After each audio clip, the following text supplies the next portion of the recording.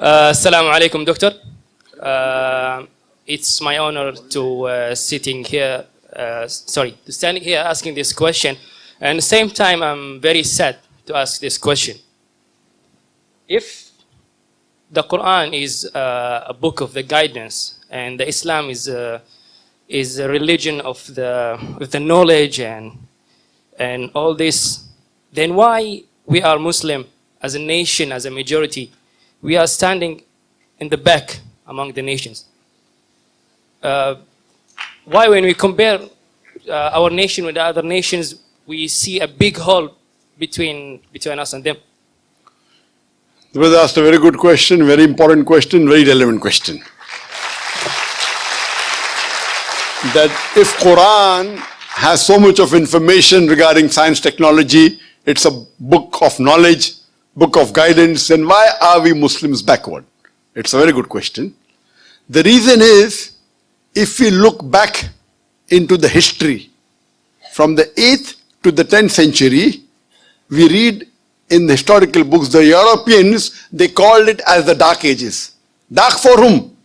Dark for the Europeans.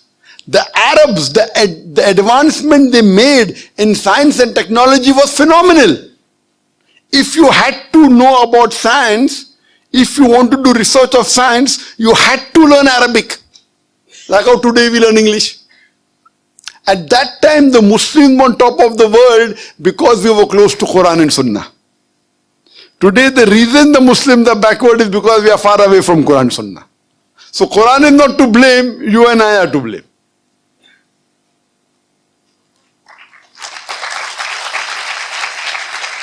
If you read in the books of history and books of science, I said in my lecture, Ibn Nafis.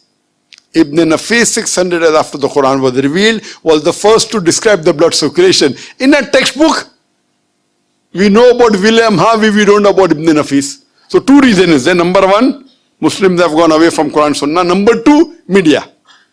You know, media also plays a big role in it. In our textbook, in my school, I never heard about Ibn Nafis. After when I did research, I came to know. In my textbook was mentioned William Harvey.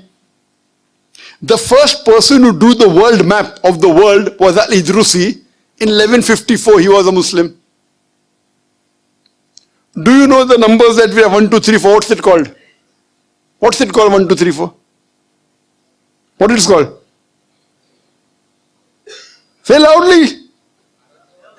Arabic numerals. How we have Roman numerals? 1, 2. Arabic numeral. Why? Because 0 was first introduced by the Indian. The Arabs took it up, put a decimal point, and we have the Arabic numerals.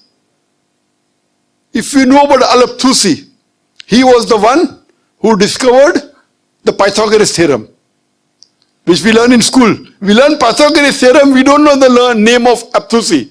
The square of the hypotenuse is equal in a triangle. The square of the hypotenuse is equal to the sum of the other two sides of the triangle. Do you remember or you've forgotten? You remember, na? MashaAllah, good student. Who was the person who discovered it? Now you came to know, correct? Better late than never. Al-Abthusi, Muslim.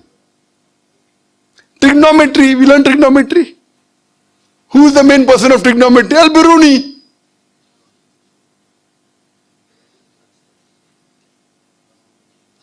We learn chemistry. Who's the father of chemistry? We know Geber. It's not Geber, it is Jabir ibn Hayyan. They want to, change the name, westernize it, Geber. So Geber looks like a westerner, sounds like a westerner, correct? It is Jabir ibn Hayyan. He is the father of chemistry, wrote more than 200 pages, 2000 pages. He was the first to distill alcohol. Alcohol comes from the Arabic word al-gul. Alcohol is Arabic, al-gul meaning evil spirit.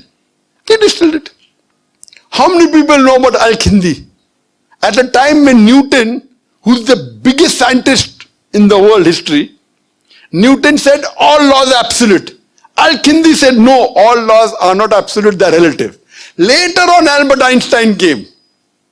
All have heard about Einstein. How many of us have heard about Al-Kindi? The two brothers, Muhammad Ahmad and Hassan Shakir, they told the area of the earth from an angle at the Red Sea. At a time when we didn't even know sure whether the earth was spherical or not. At that time they told the area of the earth which was quite accurate. If you read about Ali ibn Abbas, he wrote 2,000 pages on medicine. If you know about Ali ibn Sina, Avicenna sounds like a Westerner name. It's Ali ibn Sina, Aristotle of the East.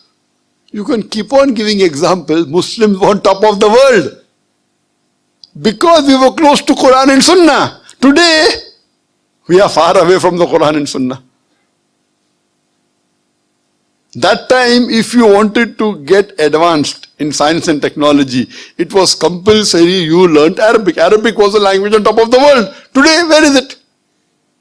Who's to blame? We are to blame. So my request to all the Muslim brothers and sisters, you go back to the Quran. Study the Quran. Quran is the most positive book in the world. It's a proclamation to humanity. It's a fountain of mercy and wisdom. It's a warning to the heedless. It's a guide to the erring. It's an assurance to those in doubt. It's a solace to the suffering and a hope to those in despair. You can get all these benefits only if you read the Quran with understanding. If you don't know Arabic, read the translation of the Quran in the language you understand the best. Implement it, inshallah, it will be a guidance for you for your full life and you'll see your life change. Hope that answers the question.